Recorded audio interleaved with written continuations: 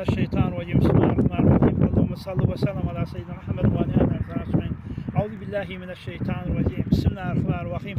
Allahümme salli ala seyyidina Muhammeden ve akdem mervani ve taabsın anni karciyanu ve sen farıqtani ve ballık ruhu var ve ahla beyti minetiyen tebarek ve sallam aleyhi kesira. Sadakallahu. Men şu atlam Qabristan'a hatma Kur'an okuyman geldim. İnşallah demişiz canı sağ ol. Hemen dua varın edelim. Her haftada kaydıp hatım Kur'an okuyan, 5 hatım, 10 hatım her defa okuyla. Hatımlar geliyor ama ben gelip okuyan inşallah. Hemişe canı sağ ol. Şu atlamda gayrede ben hey öyle topun üstü verdi. Yağın cağalı havada da şu atlam. Kendi film attım şu yadigarı.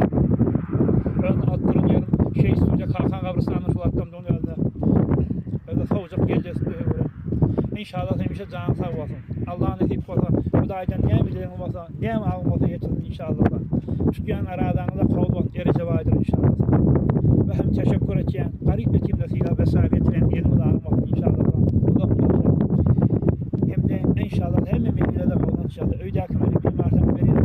Hem de çablar kavul inşallah. Hemişe canı sağ olsun. Hemişe de buralardan yaktan çıkarma. Her gün öyle biri olur, biri kavul saklasa, şunlar ola kalan sabahı attırmak inşallah. Hemişe bir yıkavacı saklan ve da aycan paydaşını verer. Vesselamu aleyküm.